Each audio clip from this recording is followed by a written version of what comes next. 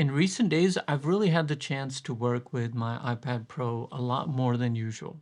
As you may or may not have seen, that I've been posting a lot of videos, and when I'm editing these videos, one of the main ways I use the iPad Pro is with my MacBook Air as a sidecar display. Another way I'd like to use my iPad is like this, as a monitor for my camera.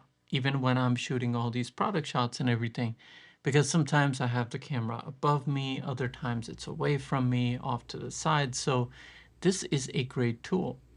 But recently I've been talking a lot about the iPhone 17s, and that got me thinking that what if Apple took all the iPad Pro things and brought them down to the standard iPad as they've done with the iPhone 17? Because one of the things I always notice is that whenever I do a video on like the iPad mini, a lot of people, even though they love the form factor, they don't get the iPad mini simply because it doesn't have a ProMotion display.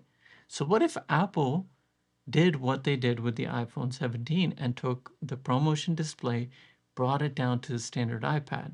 Because I can most certainly tell you that everything I do, whether it's sidecar with my MacBook Air, whether it's just playing games, using this as an entertainment device, using this as a camera monitor, all of this stuff I could do with a regular iPad. One of my favorite things about the iPad Pro, I mean, just look at it.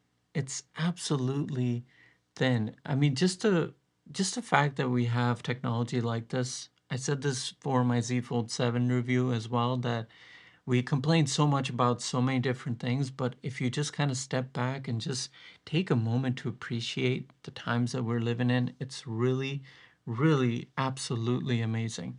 So not only do I like the fact that this is thin, but I also like that it's really light, because on day to day when I use my iPad as an iPad first, I just enjoy holding it like this. I just enjoy watching some content, playing a game. That's one of my favorite things to do with the iPad.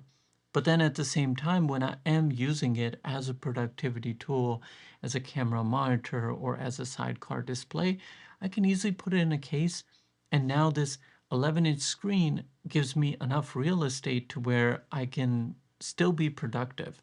And that's another thing I really enjoy about this iPad Pro. Now, one of the things that I don't see myself doing a lot, I actually thought I would use the Magic Keyboard and trackpad combo a lot more than I actually do.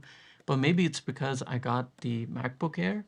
And so these two just make for such a great combo. They are like work really well with each other, because see, I could use this as a secondary display for my Mac Mini, but the thing is, over there at my Mac Mini desk setup, I have an ultra wide monitor, so I really don't have a need to have this as a secondary display. But when I'm on the move and I've got the MacBook Air with me, and this is so light and portable, I can easily throw it into a sleeve.